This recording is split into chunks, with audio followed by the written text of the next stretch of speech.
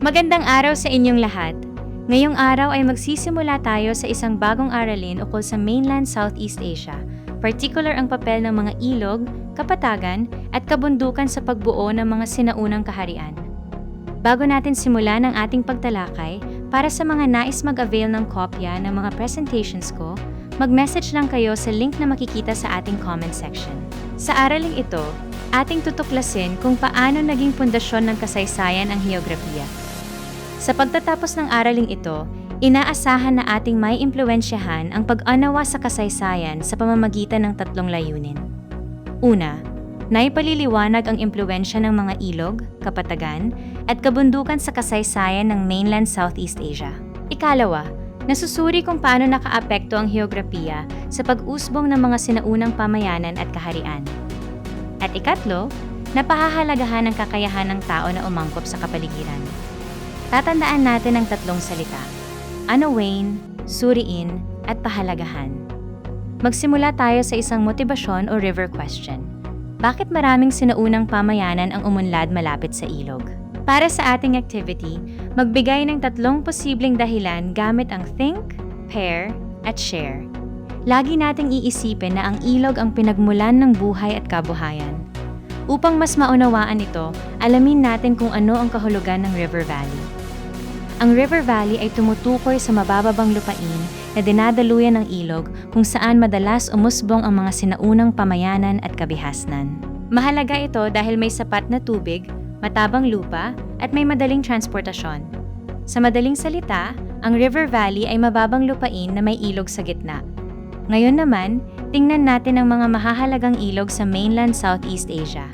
Ang mga ilog na ito ay ang Mekong River, Irrawaddy River, Chao Phraya River, at Red River.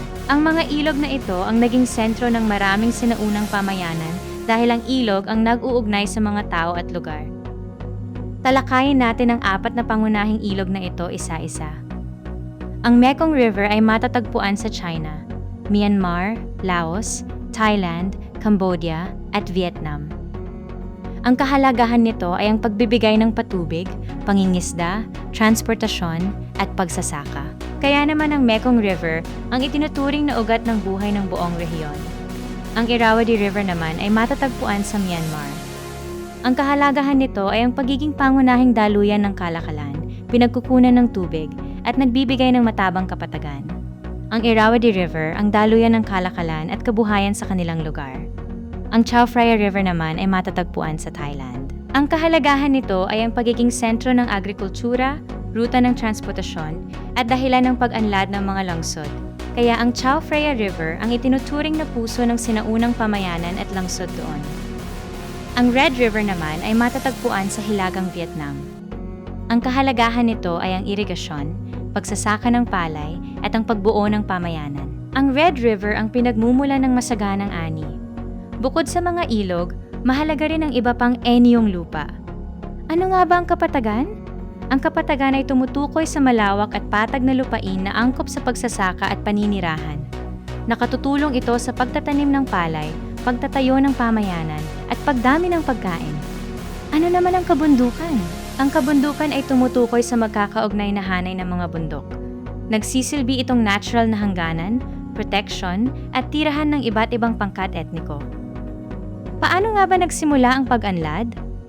Lahat ay nag-ugat sa ilog na pinagmulan ng tubig at buhay. Ginamit ang tubig sa patubig para sa mga pananim na nagresulta sa masaganang ani na siyang nagdulot ng pag-anlad ng pamayanan. Mula sa ani hanggang sa pagbuo ng kaharian, mayroon tayong 5 hakbang. Nagsimula ito sa masaganang ani mula sa pagsasaka na naging surplus ng pagkain dahil sa may labis na naipon. Ito ay nagbunga ng lumaking populasyon o dumami ang mga tao na naging dahilan upang mabuo ang mga pamayanan hanggang sa huli ay naging ganap na kaharian. Paano nga ba nakatulong ang heograpiya? Ang mga ilog ay naging daan para sa 4 na bagay. Una ay sa kalakalan o nagsilbing rutang pangkalakalan. Ikalawa ay sa paglalakbay o daanan ng mga tao sa paglalakbay at transportasyon. Ikatlo ay sa pagpapalitan ng kultura o naging tulay ng pakikipag-ugnayan.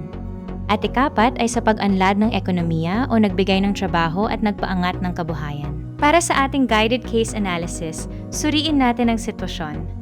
Kung ikaw ay pinuno ng isang sinaunang pamayanan, Saan ka magtatatag ng pamayanan? Pipiliin mo ba ang malapit sa ilog, sa kabundukan, o sa kapatagan? Ipaliwanag ang iyong sagot.